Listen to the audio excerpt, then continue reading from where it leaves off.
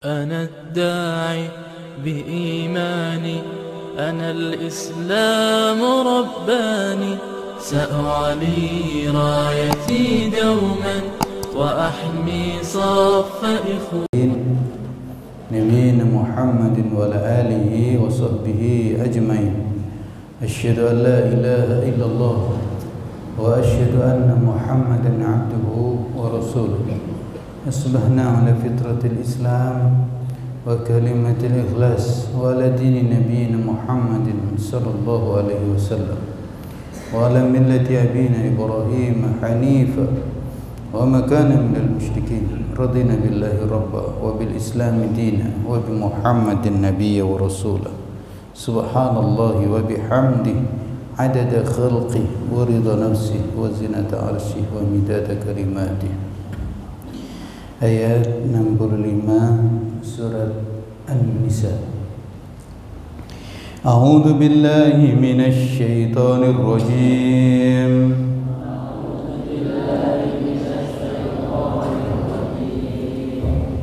Bismillahirrahmanirrahim.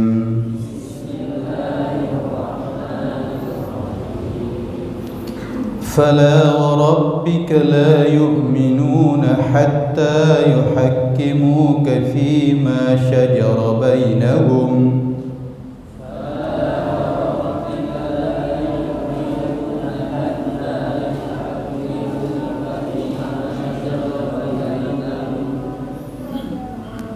ثم لا يجدوا في أنفسهم حرجا مما قضيت ويسلموا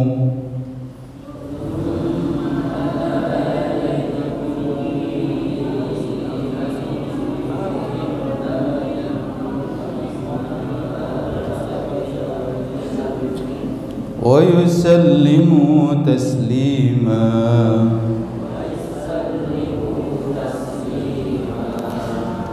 فلا وربك لا يؤمنون حتى يحكموك فيما شجر بينهم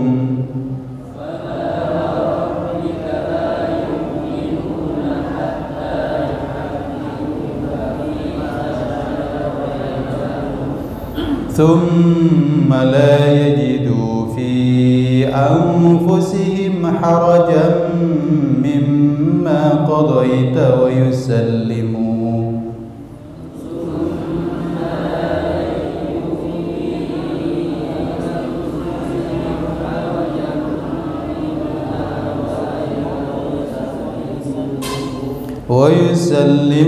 تسليما.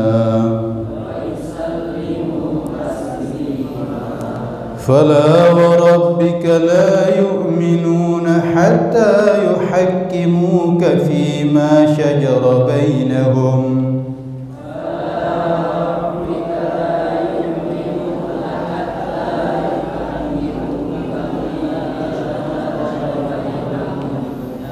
ثم لا يجدوا في أنفسهم حرجا مما قضيت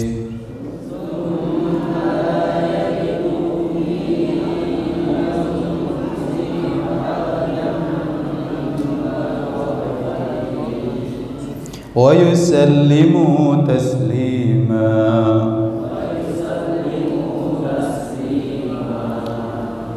Fala, maka tidaklah warabbika, demi Tuhanmu, la yu'minuna,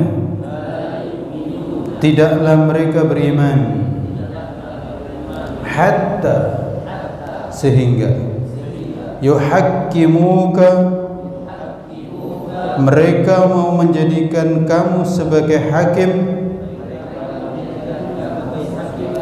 fima, pada persoalan syajara, yang dipersoalkan, yang diperselisihkan, bainahum, di antara mereka.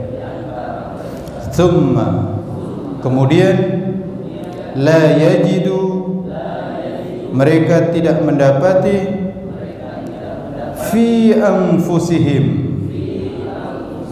di dalam hati mereka, harajan, suatu keberatan, mimma, dari apa-apa, qadaita, yang engkau putuskan, wa yusallimu, dan mereka menerima, taslima, dengan sepenuh hati. Ya.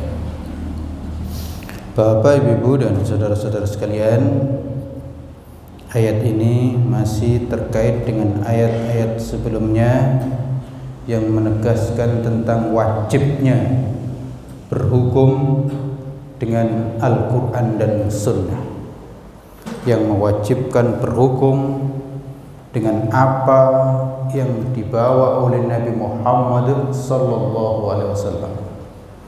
Dan saat Nabi masih hidup, maka berarti secara langsung dengan Nabi Muhammad SAW.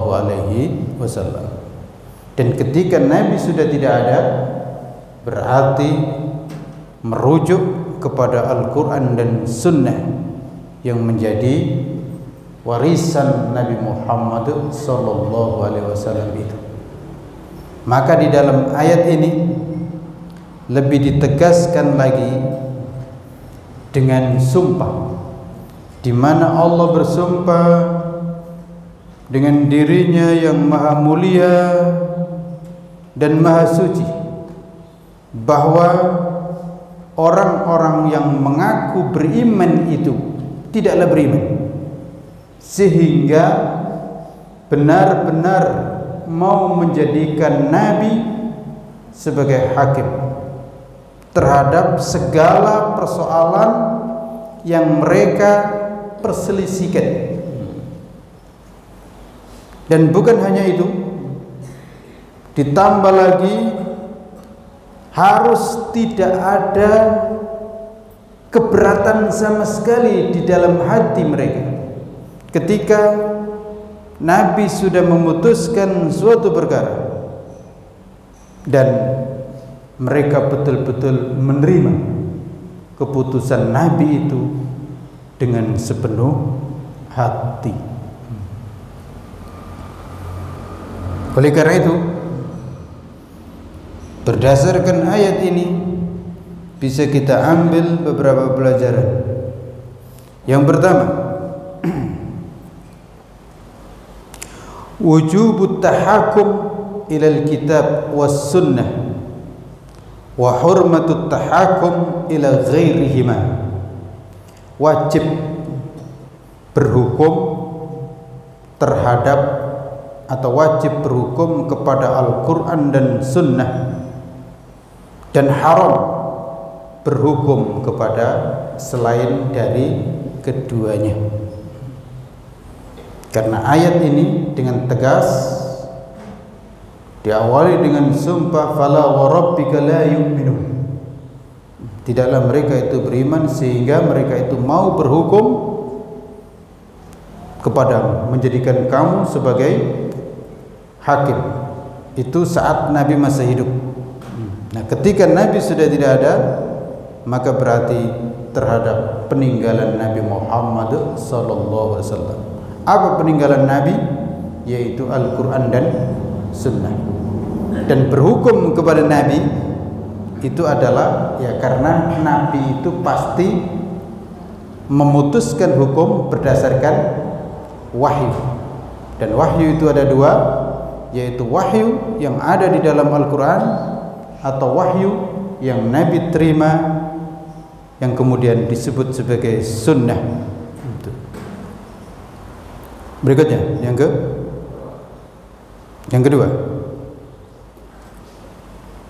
kedua, berdasarkan ayat ini Nabi itu maksum.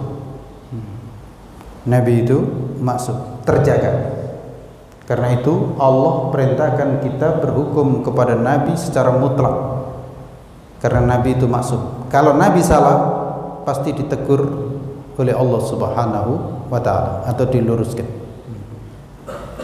Nabi itu sifatnya maksum. Bisa salah, tetapi pasti kalau Nabi salah akan diluruskan. Dan ketika tidak ada pelurusan, maka berarti apa yang diputuskan oleh Nabi pasti benar. Dan karena itu Nabi adalah maksum. Berikutnya, yang ketiga, wujubur ridha bi hukmillahi wa rasulihi wa taslim bih. Wajib ridha terhadap hukum Allah dan Rasulnya dan menerima sepenuh hati. Wajib. Karena ada orang yang menerima tapi enggak ridha. Ada orang yang menerima tapi tidak sepenuh hati. Maka itu juga tidak bisa diterima. Jadi menerima hukum Islam itu atas dasar ridha. Ridha. Maka ayat tadi menyebutkan tidak ada keberatan sama sekali. Wala yajidu fi anfusihim haraja. Tidak mendapati dalam diri mereka ada keberatan. Kalau ada keberatan berarti imannya dipertanyakan. Kalau tidak menerima sepenuh hati berarti juga imannya dipertanyakan. Berikutnya, yang ke wajib berhukum dengan kitab dan sunnah, wajib berhukum kepada Al-Quran dan sunnah, menerima sepenuh hati dan ridho, itu konsekuensi iman. Itu merupakan konsekuensi iman. Maka Allah sebutkan fala wa rabbika la yu'minun. Fala wa rabbika la yu'minun. Maka demi Tuhan mereka tidaklah beriman. Jadi yang ditunjuk di situ persoalan iman. Dan Nabi bersabda dalam hadis, di hadis arba'in itu, la yu'minu ahadukum hatta yakuna hawahu taba'an lima jitu bih. Tidaklah beriman salah seorang di antara kamu sehingga kemauannya itu tunduk terhadap apa yang dibawa oleh Nabi. La yu'minu ahadukum hatta yakuna hawahu taba'an lima jitu bih. Lima jitu bih. Tidaklah beriman salah seorang di antara kamu sehingga hawanya, kemauannya itu mengikuti apa yang dibawa oleh Nabi, apa yang aku bawa, kata Nabi, begitu. Karena itu maka tunduk dan patuh kepada hukum Nabi, hukum yang dibawa Nabi, yaitu yang ada di dalam Al-Quran dan Sunnah, itu merupakan konsekuensi iman. Berikutnya yang kelima,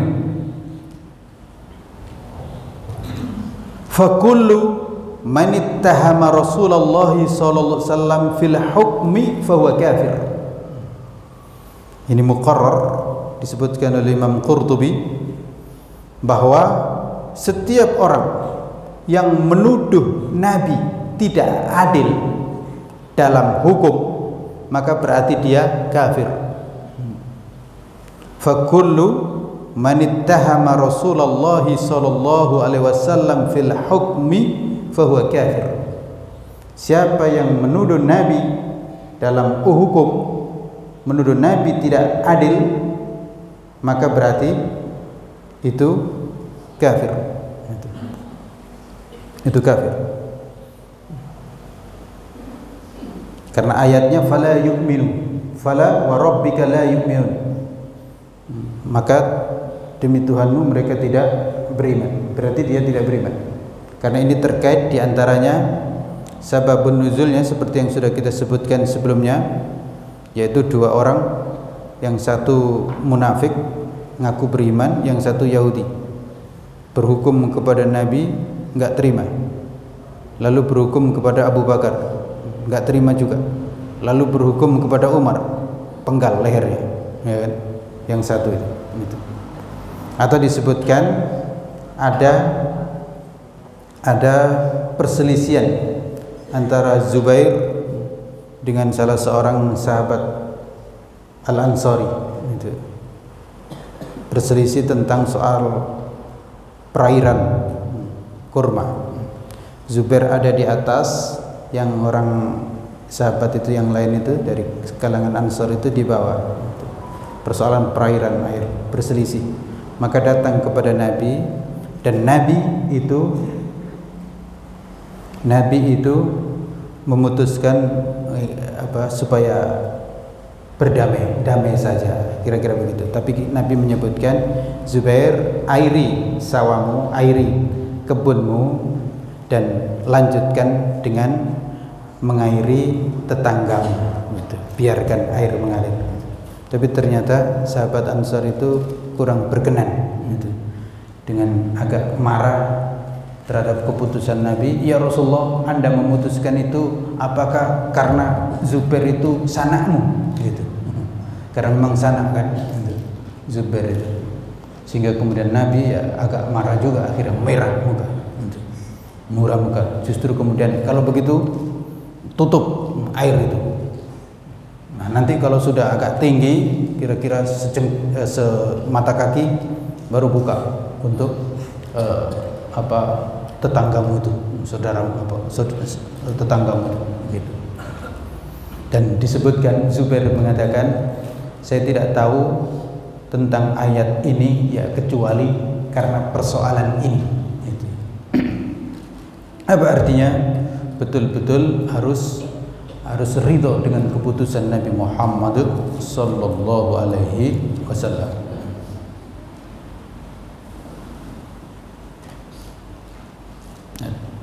Nah, ini terkait dengan kaidah yang berikutnya, keberapa tadi? Yang keenam. Wa kullu man lam yarda bi hukmir rasul wa ta'ana fi wa raddahu fahiya riddah yustatab. Dan setiap orang yang tidak ridho terhadap keputusan Nabi dan mencela keputusan Nabi dan menolaknya, maka itu bisa menyebabkan riddah, murtad. Yustatab, tapi diminta taubat. Kalau dia mau taubat ya diterima. Kalau tidak taubat ya berarti murtad. Ini diantaranya menjadikan tadi kasus Zubair dan sahabat Ansar tadi. Jadi dia kurang ridho, maka itu bisa menyebabkan murtad. Tapi dia ini disebutkan sebagai seorang juga yang peserta Badar, perang Badar, maka ya diminta untuk bertaubat. Dan insya Allah saat itu ya bertaubat, karena dia termasuk ahli Badar yang ikut dalam perang Badar.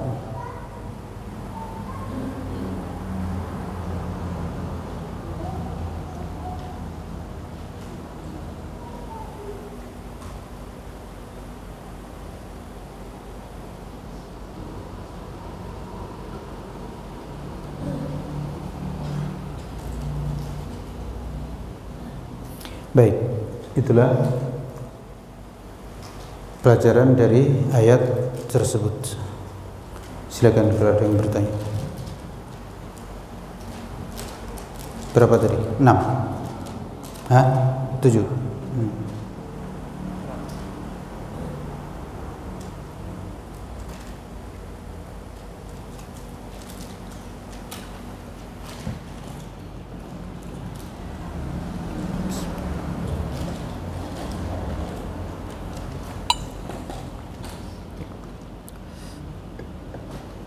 Cukup? Enggak ada yang bertanya? Balik kita kalau enggak ada pertanyaan.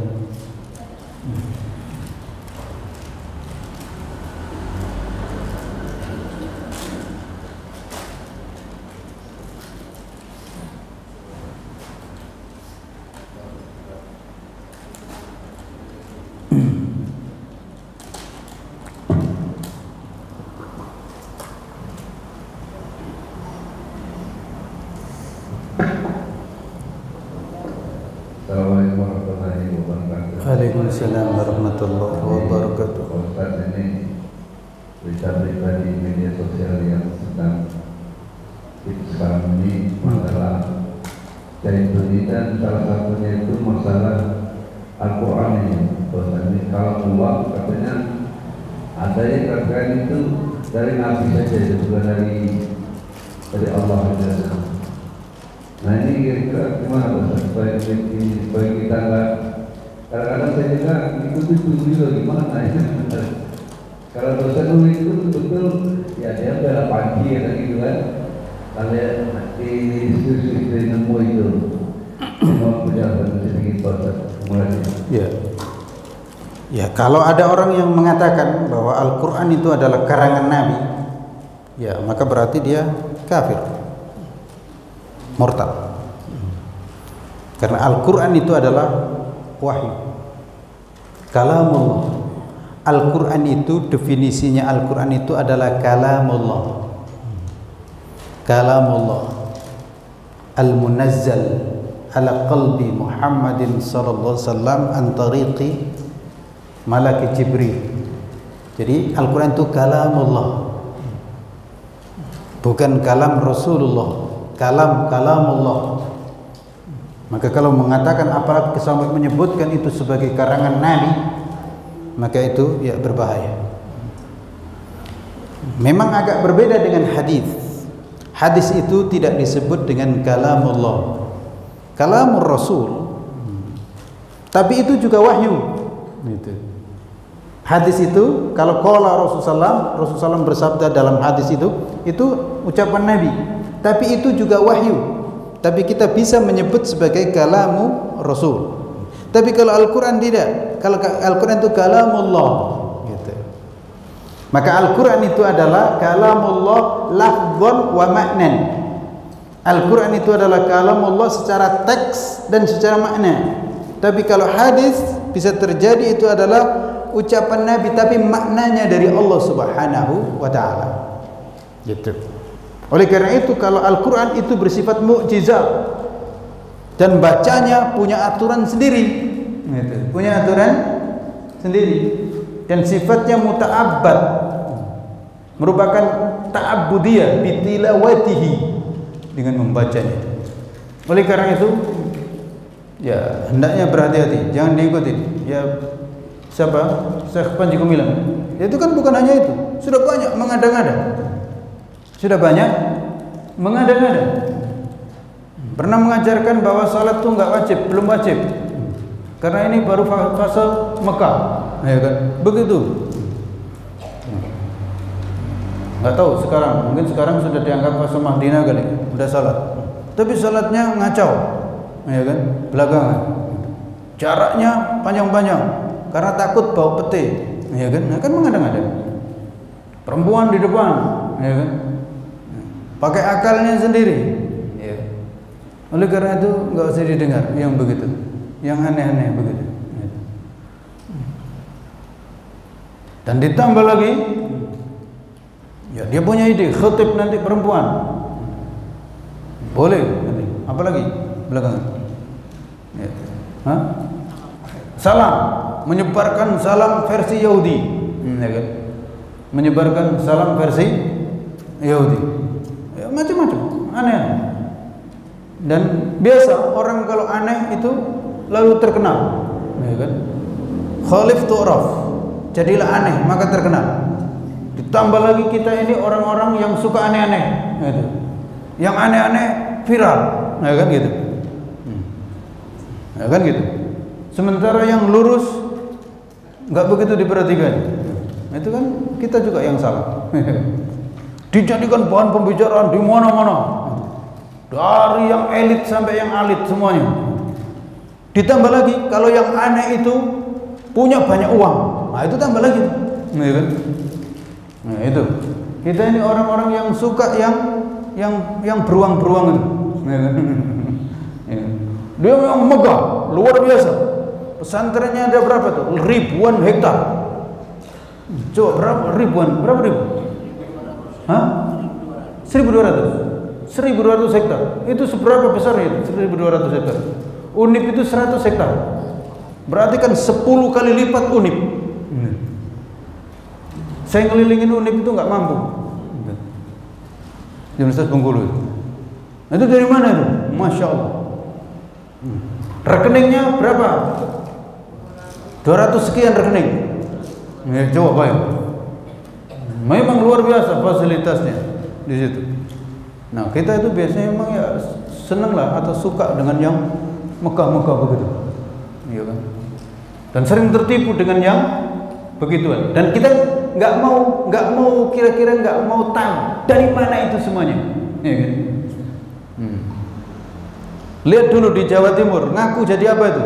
Bisa buat uang, wis sampai profesor ikut juga, iya kan? Dan dibela itu, karena bisa buat uang. Ternyata uang palsu. Nah, gitu. Ini juga mungkin nanti itu ada masalah ya, dengan kekayaannya yang banyak. Itu dari mana? Dan sudah mulai banyak yang ngungkit dan seterusnya. Tapi yang paling penting adalah persoalan ajarannya. Kalau kita sudah tahu yang begitu ya sudah ditinggalkan.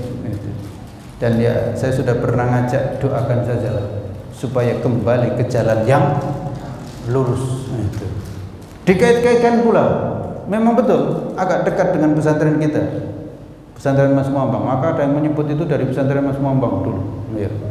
Iya sebelumnya, karena dekat. Saya dari pesantren Mas Muambang kan, dekat. Tapi dia lama kemudian nyantri di Gontor. Di pondok pesantren Gontor. Memang ya luar biasa dari sisi perjalanan. Soal ilmu agama ya tidak bisa dipungkiri ya dia punya. Lalu kemudian kuliah di UIN yang dulu IAIN Syarif Hidayatullah Jakarta. Kalau ngait-ngaitkan dengan Gontor, ngait-ngaitkan dengan Mas Muambang ya kaitkan juga dengan IAIN. Wong itu dari IAIN Syarif Hidayatullah. Lalu kemudian menjadi ketua ikatan alumni IAIN. Coba panjang persoalan ini. Tapi yang jelas itulah keanehan-keanehannya.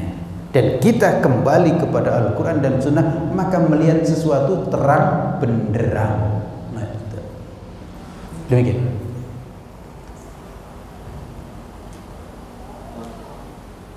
Ya.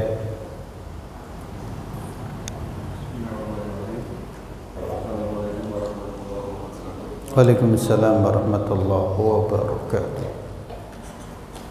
Ini persoalan dasar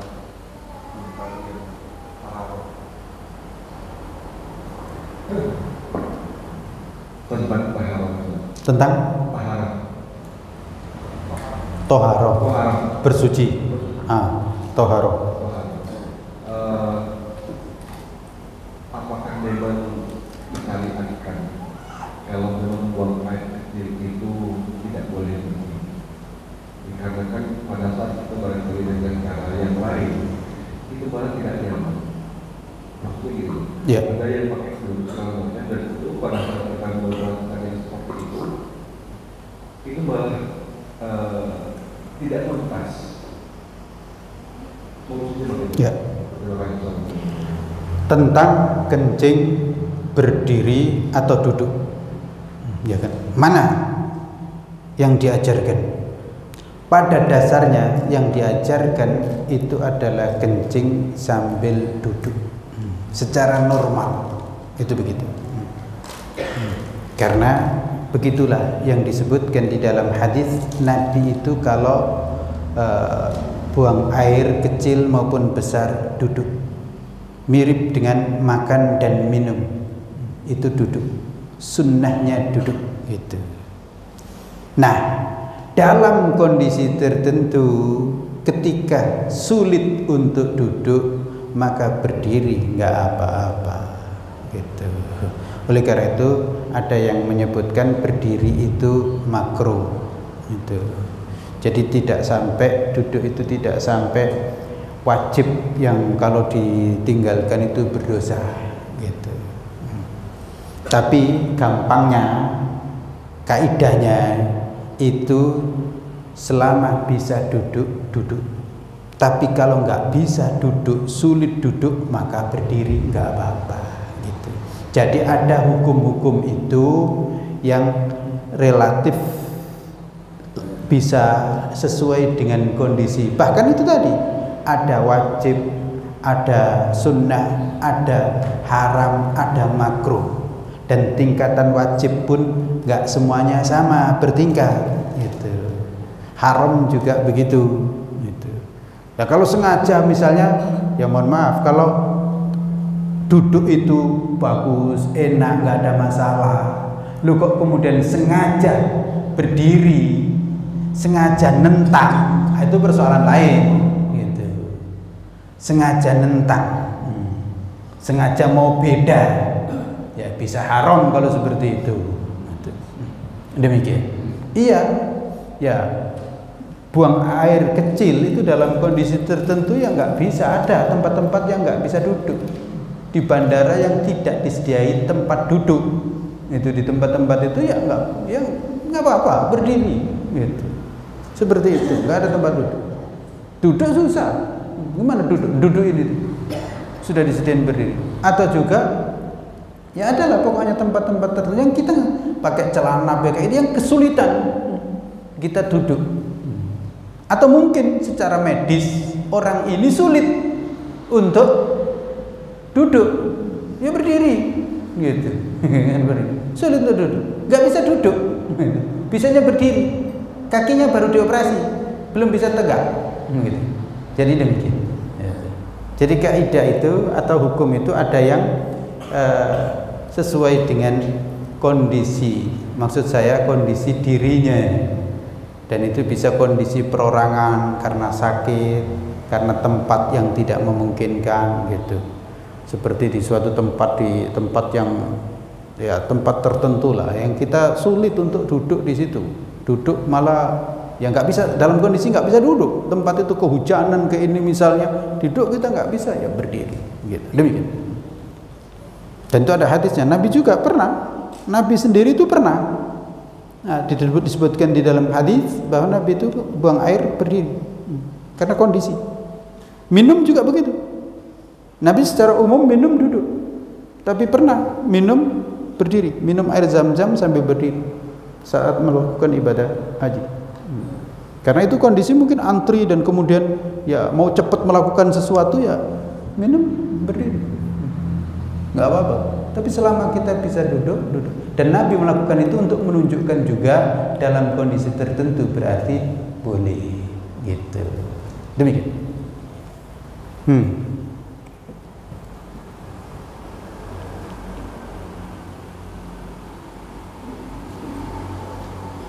Ya. Assalamualaikum warahmatullahi wabarakatuh. Waalaikumsalam warahmatullahi wabarakatuh. Bagaimana dalam hukumnya makan dengan tangan kiri, Ustaz? Biarpun kadang-kadang kita ada kendala yang susah untuk tangan, apakah hukumnya gimana, Ustaz? Makan atau minum dengan tangan kiri? Ya, makan dan minum itu Nabi memerintahkan kita dengan tangan kanan. Tangan kanan. Itu sunnah, Nabi melakukannya dan Nabi menunjukkannya dan Nabi memerintahkannya dengan kanan. Itu. Sementara untuk yang membersihkan kotoran dengan tangan kiri. Kita dilarang memegang kemaluan dengan tangan kanan, pegang dengan tangan kiri, lalu membersihkannya dengan tangan kiri. Begitu. Tetapi lagi-lagi kalau tidak memungkinkan, kalau tidak bisa, maka tentu berlaku kaidah ad-darurat tubihul mahdzurat. Kondisi darurat itu menjadikan yang tidak boleh jadi boleh, gitu. Berarti itu kondisional. Orang tangan kanannya sedang dioperasi misalnya, maka ya silakanlah dengan tangan kiri daripada pakai kaki, kan gitu. Ya, kan? Gitu. Dan terus berurutan.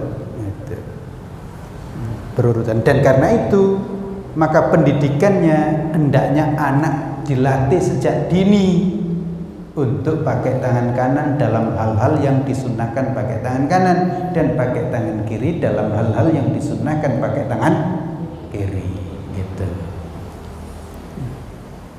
Begitu. Saya kurang begitu tahu soal yang katanya kidal. Apa betul dia nggak bisa? Gitu. Tapi sepengetahuan saya kayaknya kidal itu masih bisa makan dengan tangan kanan. Yang nggak bisa itu kalau main bulu tangkis.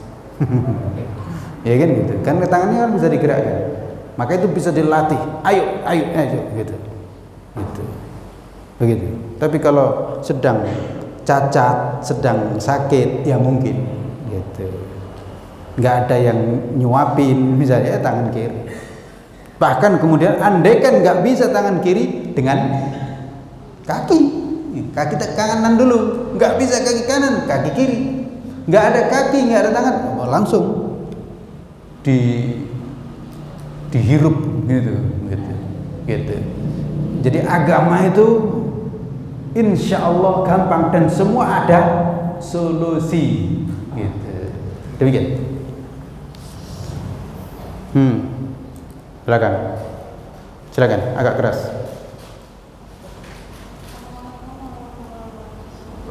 Ini sana.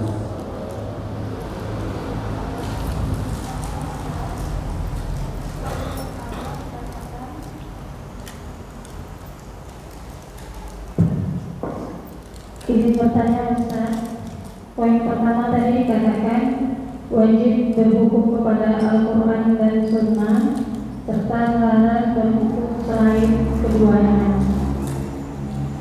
Seperti yang kita ketahui di masyarakat sekarang ini Ustaz, walaupun pemimpin kita banyak yang beragama Islam, tapi kita dalam berhukum itu belum berhukum Islam.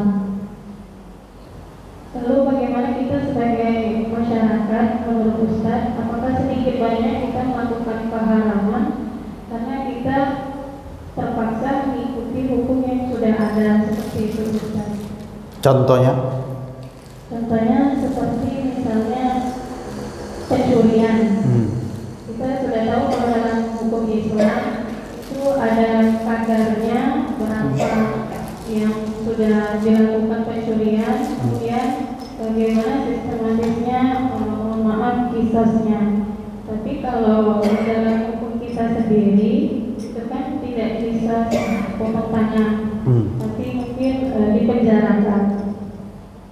Jadi yang ingin Anda tanyakan bagaimana menurut pendapat Ustaz seperti itu. Apa kaitan dengan kita soal pencurian?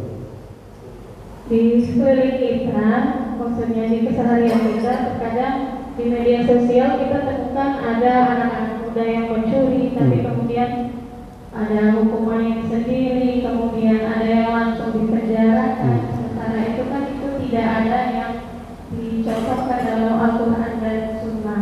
Ya, kan nggak ada kaitan dengan kita. Bukan kita kan yang nyuri kan? Saya ingin kejar ini karena terkait dengan kita kan. Tadi kan terkait dengan kita, pertanyaannya di depan. Ini kan nggak ada kaitan dengan kita, ya kan? Yang mencuri kan yang mencuri. Saya ingin menunjukkan di mana letak kita tidak bisa mengamalkan ajaran Islam. Gitu. Di mana? Kan sering banyak membenturkan. Ini hukum ini begini. Tapi apa? Dengan kita apa persoalan? Ya kan? Kan mungkin nggak begitu ada. Kalau soal pencurian, emang Anda mencuri?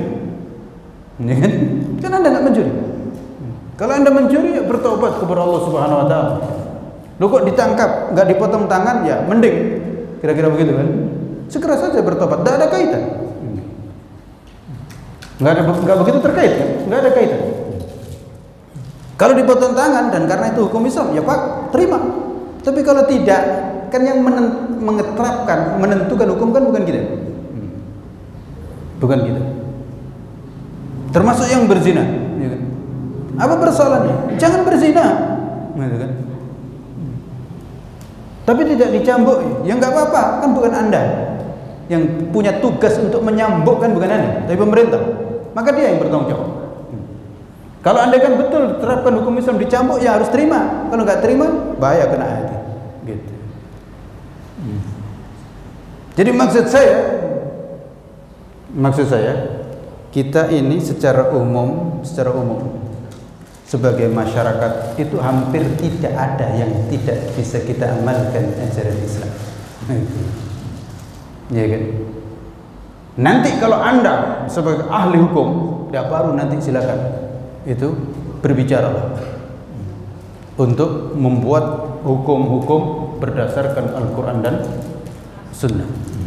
Nanti dan ajarkan, ini diajarkan supaya nanti yang punya wewenang untuk membuat hukum itu ya bersumber Al-Quran dan Sunnah. Dan jangan mengatakan itu tidak bisa. Bisa.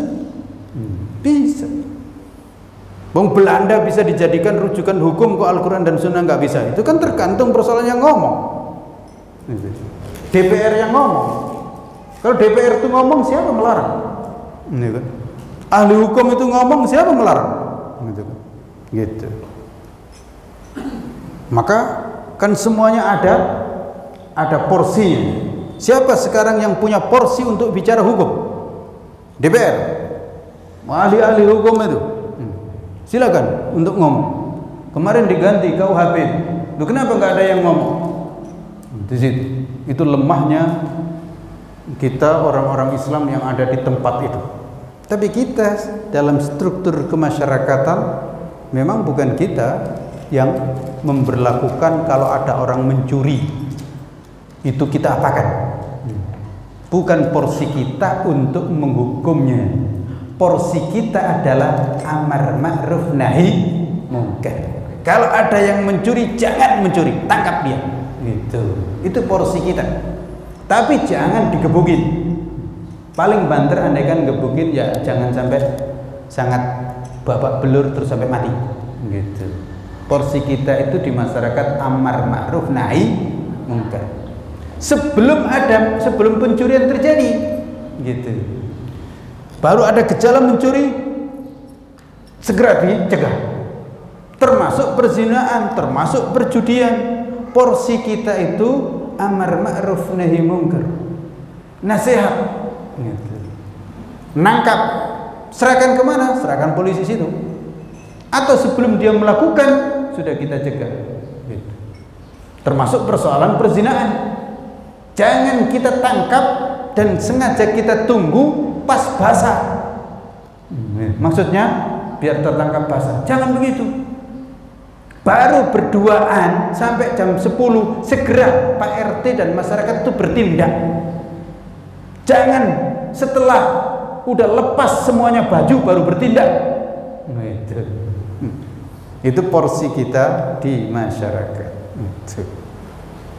Jadi ada porsinya. Nah, demikian. Gimana, jelas? Kita saja soal warisan, saya sudah berulang kali kan? Soal warisan. Soal warisan itu kan hukum Islam. Kenapa kita masyarakat tidak melakukannya? Padahal itu bisa kita lakukan.